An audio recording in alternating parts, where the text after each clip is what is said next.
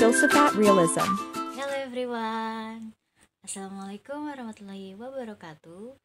Hello, my name is Siti Aisyah Rafita Dewi. I'm from class TBI 5C and my student number 221230069. Yang saya hormati Ibu Dr. Helna Nelis MPD selaku dosen pengampu mata kuliah Filsafat dan Pendidikan Islam. Di sini saya akan membahas tentang aliran-aliran dalam filsafat pendidikan untuk memenuhi tugas mata kuliah tersebut. Dan saya harap teman-teman semua mampu menyimak materi yang akan saya sampaikan dan semoga bermanfaat bagi kita semua. Happy watching! Oke, jadi pembahasan yang pertama yaitu tentang pengertian dari filsafat pendidikan itu sendiri. Jadi aliran filsafat pendidikan merupakan aplikasi filsafat dalam suatu pendidikan. Menurut Kneller tahun 1971, pendidikan membutuhkan filsafat karena masalah-masalah pendidikan tidak hanya menyangkut pelaksanaan pendidikan yang dibatasi pengalaman, tetapi masalah-masalah yang lebih luas, lebih dalam, serta lebih kompleks yang tidak dibatasi pengalaman maupun fakta-fakta pendidikan dan tidak memungkinkan dapat dijangkau oleh sains pendidikan. Oke, selanjutnya kita akan membahas dari yang pertama terlebih dahulu, yaitu tentang aliran filsafat idealisme. Apa sih aliran filsafat idealisme itu? Jadi idealisme itu berasal dari Plato, yaitu seorang filsuf Yunani yang hidup pada tahun 427 sampai 347 sebelum Masehi. Sebagaimana akar kata idealisme, awal mulanya berasal dari bahasa Yunani, idea yang berarti pandangan, vision atau kontemplasi. Kata idealisme ini semakin populer setelah digunakan oleh Immanuel Kant yang menyebut teori pengetahuannya sebagai idealisme kritis atau idealisme transendental. Dalam pengertian filsafat, idealisme adalah sistem filsafat yang menekankan pentingnya keunggulan pikiran, mind, roh itu soul atau jiwa itu spirit, daripada hal-hal yang bersifat kebendaan atau material. Pandangan-pandangan umum yang disepakati oleh para filsuf idealisme yaitu jiwa atau soul. Manusia adalah unsur yang paling penting dalam kehidupan manusia dan hakikat akhir alam semesta yang pada dasarnya adalah non-material. Dan filsafat idealisme ini sebagai salah satu aliran filsafat memiliki pengaruh yang besar dalam implementasi pendidikan. Kenyataan dan kebenaran sesuatu bagi idealisme pada hakikatnya sama kualitasnya dengan hal-hal yang bersifat spiritual atau ide-ide. Idealisme ini memiliki keterkaitan dengan konsep-konsep abadi atau ideas seperti kebenaran, keindahan, dan kemuliaan. Implikasi filsafat pendidikan idealisme yang dapat disebutkan diantaranya sebagai berikut. Pertama, itu ada tujuannya itu untuk membentuk karakter, mengembangkan bakat atau kemampuan dasar serta kebaikan sosial. Yang kedua, ada kurikulum pendidikan liberal untuk pengembangan kemampuan rasional dan pendidikan praktis untuk memperoleh pekerjaan. Yang ketiga yaitu tentang metode, diutamakan metode dialektika, tetapi metode lain yang efektif dapat pula dimanfaatkan.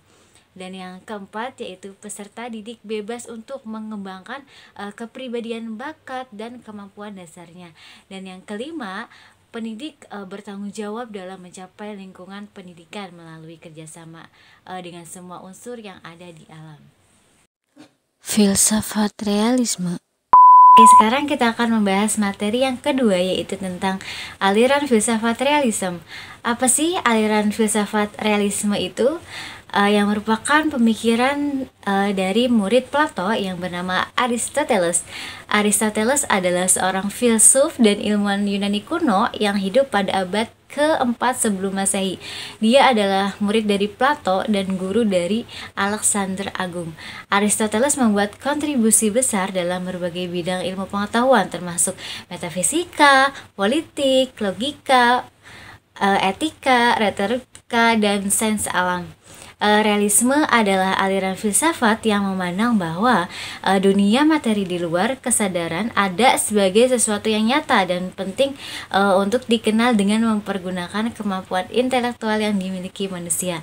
Idealisme adalah filsafat barat yang berpengaruh pada akhir abad ke-19.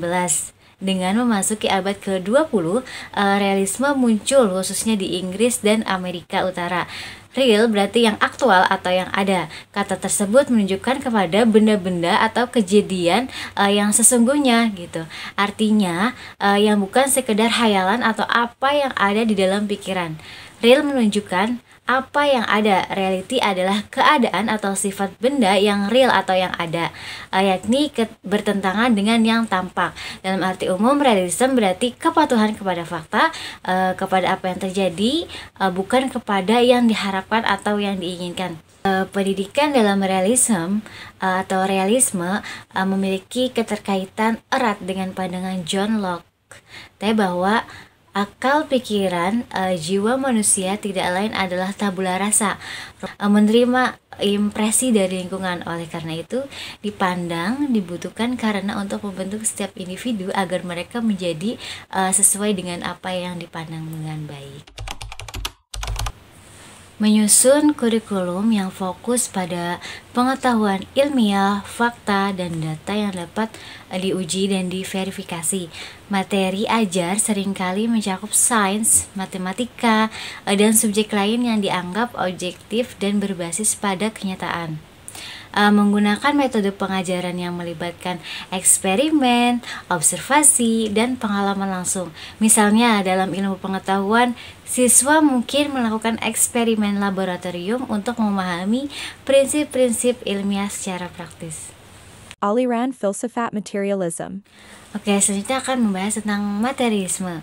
Apa sih materialisme itu? Yaitu berakar pada pemikiran Aristoteles di Yunani kuno yang menekankan bahwa pengetahuan diperoleh melalui observasi dan interaksi dengan dunia di sekitar kita. Realisme tetap berlanjut dengan integrasi pemikiran Aristoteles ke dalam kerangka teologi Kristen abad ke-19.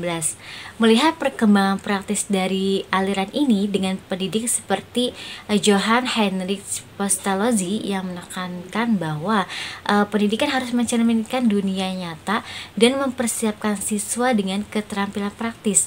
Dalam konteks pendidikan modern, realisme harus berlanjut dengan pendekatan yang mengutamakan relevansi dan aplikasi praktis.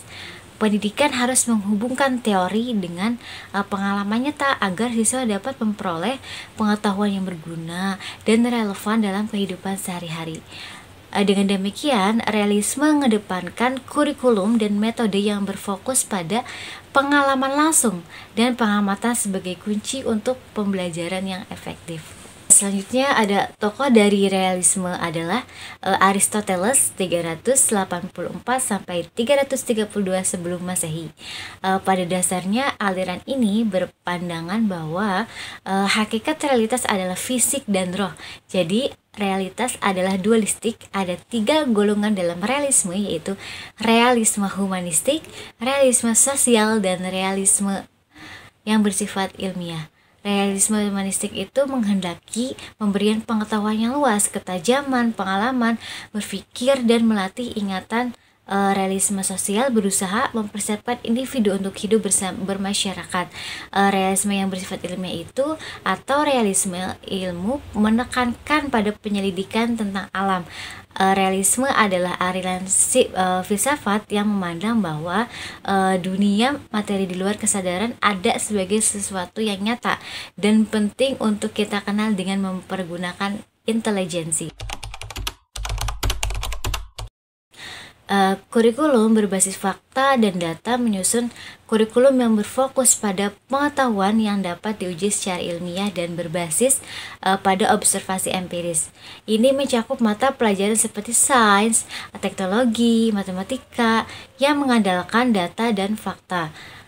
Metode pengajaran praktis menggunakan pengajaran yang melibatkan eksperimen, praktik langsung, dan aplikasi nyata. Misalnya, dalam ilmu pengetahuan, siswa melakukan eksperimen untuk memahami prinsip-prinsip fisika ataupun kimia. Implementasi ini bertujuan untuk memberikan pendidikan yang relevan dan praktis dengan fokus pada pemahaman dunia material dan bagaimana kondisi materi mempengaruhi kehidupan dan perkembangan individu. Aliran filsafat pragmatisme. Oke, selanjutnya kita akan membahas tentang pragmatisme. Tidak ada gunanya melakukan sesuatu yang tidak ada gunanya. Ini adalah bentuk pemikiran pragmatis. Secara garis besar, pragmatisme berasal dari bahasa Yunani yaitu pragma. Artinya yang dikerjakan, yang dilakukan, perbuatan, tindakan merupakan sebutan bagi filsafat yang dikembangkan oleh William James tahun 1842 sampai 1910 Masehi di Amerika Serikat. Tokoh awal yang disebut mempelopori pemikiran ini adalah Charles Arthur Peirce tahun 1839 sampai 1914 Masehi sebagai doktrin pragmatisme yang disebut juga sebagai filsuf paling orisinal dan berwarna serta logikawan terbesar di Amerika.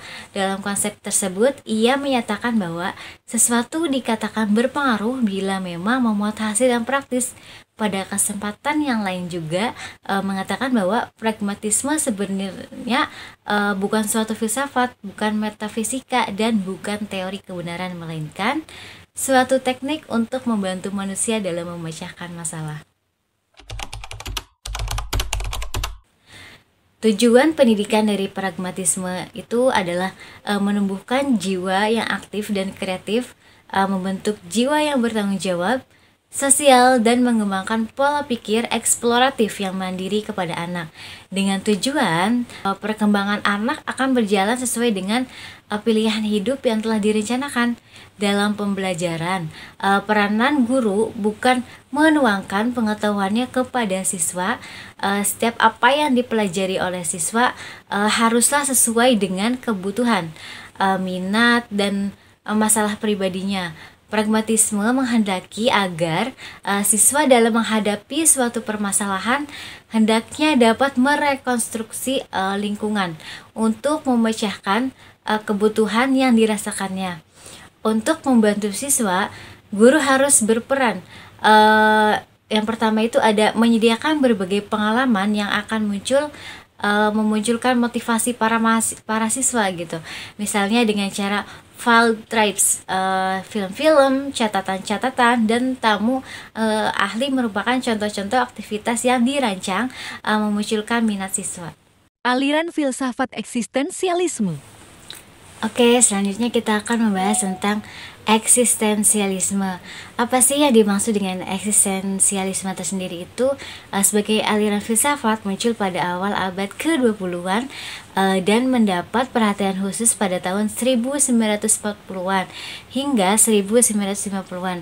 Berawal dari pemikiran filsuf seperti Soren Kierkegaard dan Friedrich yang menekankan pentingnya kebebasan individu dan pencarian makna pribadi. Eksistensialisme berkembang lebih lanjut dengan kontribusi dari filsuf-filsuf pada abad ke-20. Dalam konteks pendidikan, eksistensialisme mulai memenuhi teori dan praktik pada pertengahan abad ke-20. Pendekatan ini menekankan pentingnya menghubungkan pembelajaran dengan pengalaman hidup nyata dan keputusan pribadi. Jean-Paul Sartre tahun 1905 sampai 1980, Sartre adalah salah satu filsuf eksistensialisme yang paling terkenal. Ia menekankan bahwa eksistensi mendahului esensi, yang berarti bahwa individu terlebih dahulu ada dan kemudian menekankan makna dan tujuan hidup mereka sendiri. Dalam konteks pendidikan, pendekatannya mendorong siswa untuk mengeksplorasi kebebasan mereka dan membuat keputusan berdasarkan nilai-nilai pribadi mereka. Eksistensialisme adalah aliran yang mengutamakan individualitas, kebebasan, dan pencarian makna hidup dalam konteks pendidikan. Dalam eksistensialisme, pendidikan dianggap sebagai sarana untuk membantu individu menemukan dan mengeksplorasi identitas dan tujuan pribadi mereka. Pembelajaran berbasis masalah atau problem-based learning. Pembelajaran berbasis masalah memberikan siswa kebebasan untuk mengeksplorasi masalah-masalah nyata dan menemukan solusi mereka sendiri. Ini memungkinkan siswa untuk terlibat secara aktif dalam proses belajar dan menghubungkan materi pelajaran dengan pengalaman hidup mereka. Dengan pendekatan ini, siswa belajar tidak hanya dari instruksi langsung, tetapi juga dari proses pemecahan masalah yang relevan. Aliran Filsafat Progressivism. Oke, selanjutnya kita akan membahas tentang materi progresivisme. Menurut bahasa, istilah progresivisme berasal dari kata progresif yang artinya bergerak maju.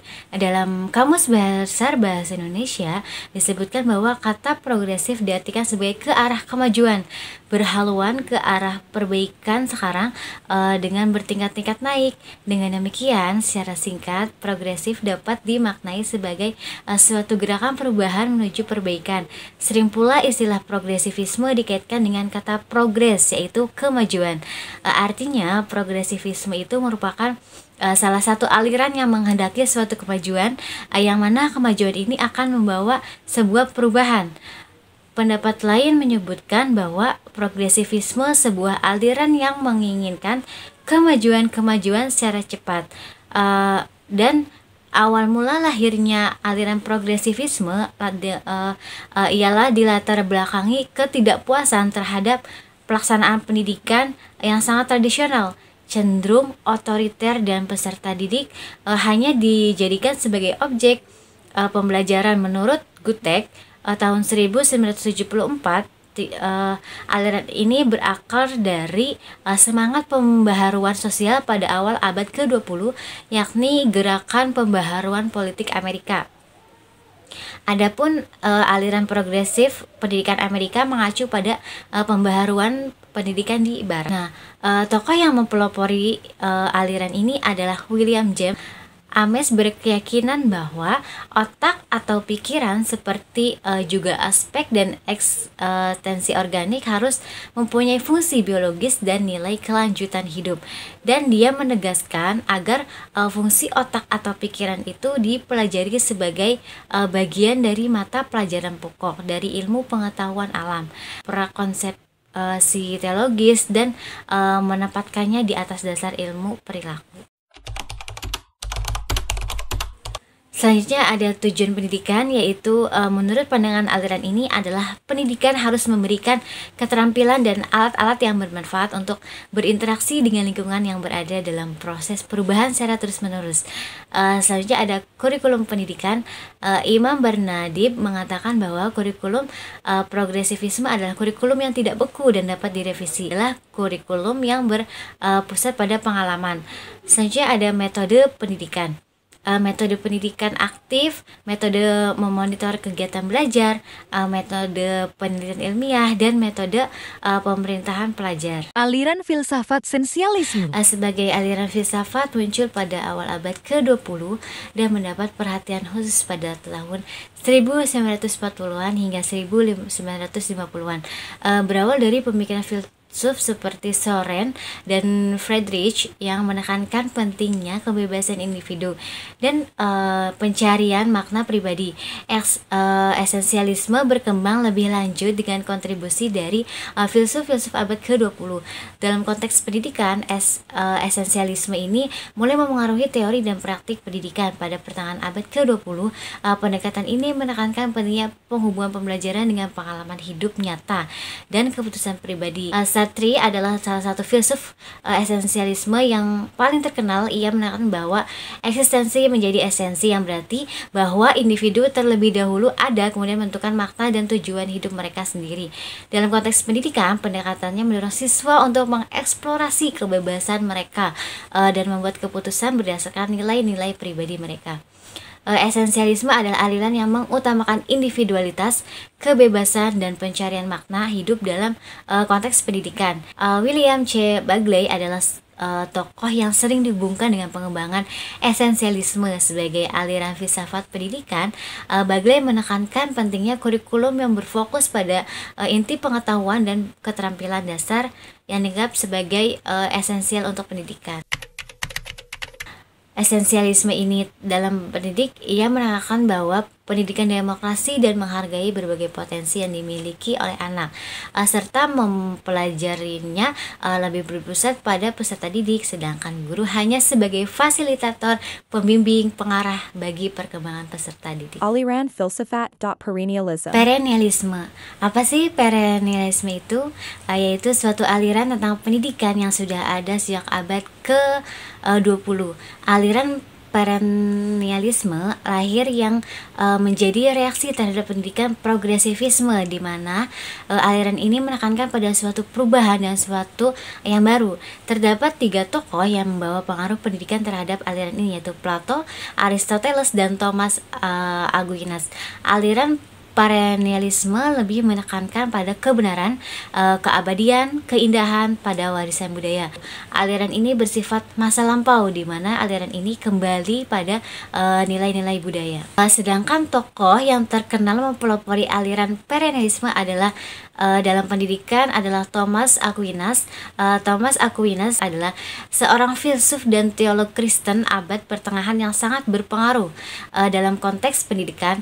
Aliran perennialisme menekankan pentingnya mengajarkan nilai-nilai dan pengetahuan yang dianggap abadi dan relevan sepanjang zaman. Pada pemikiran perennialisme dengan penekanannya pada studi klasik dan prinsip-prinsip etika dan metafisika yang dianggap universal. Namun, dalam konteks pendidikan modern, tokoh yang sering dikaitkan dengan pengembangan dan pemeliharaan ide-ide perennialisme adalah Mortimer Adler. Adler adalah seorang filsuf dan pendidik Amerika yang sangat mempromosikan ide-ide perennialisme melalui karya-karyanya tentang pendidikan dan kurikulum, termasuk dalam bukunya The Payday Proposal yang mendorong pendidikan berbasis pada studi klasik dan pemikiran abadi. Tentang pengetahuan dan pemahaman terhadap peristiwa sejarah yang mendasar guna memahami lingkungan sekitarnya, membangun semangat nasionalisme dan rasa toleransi, meningkatkan kemampuan berpikir kritis yang dapat digunakan untuk mengkaji, memanfaatkan pengetahuan kesejarahan, keterampilan serta nilai peristiwa sejarah itu sendiri dalam dalam membina kehidupan. Konstruksionisme adalah aliran dalam pendidikan yang berkembang pada abad ke-20 sebagai tanggapan terhadap kebutuhan untuk memperbaharui dan merekonstruksi pendidikan untuk menghadapi tantangan zaman modern. Rekonstruksionisme dipelopori oleh George Kohn dan Caroline pada tahun 1930 yang ingin membangun masyarakat baru, masyarakat yang pantas dan adil. Tokoh-tokoh aliran rekonstruksionisme yaitu Caroline Pratt, George Kohn sebagai pelopor rekonstruksionisme dalam publikasinya Dare to School with a New Social Order mengemukakan bahwa sekolah akan betul-betul berperan apabila sekolah menjadi pusat bangunan masyarakat baru secara keseluruhan dan kesukuan. Fungsi sekolah aliran rekonstruksionisme menghendaki sekolah memfungsikan diri sebagai lembaga tempat membina kembali manusia agar hidup sesuai dengan norma-norma yang benar demi generasi sekarang dan yang akan datang, sehingga terbentuk dunia baru dalam pengawasan umat manusia. Okay, this is from me. Don't forget to like and comment in my video. Thanks for your attention. Wassalamualaikum warahmatullahi wabarakatuh.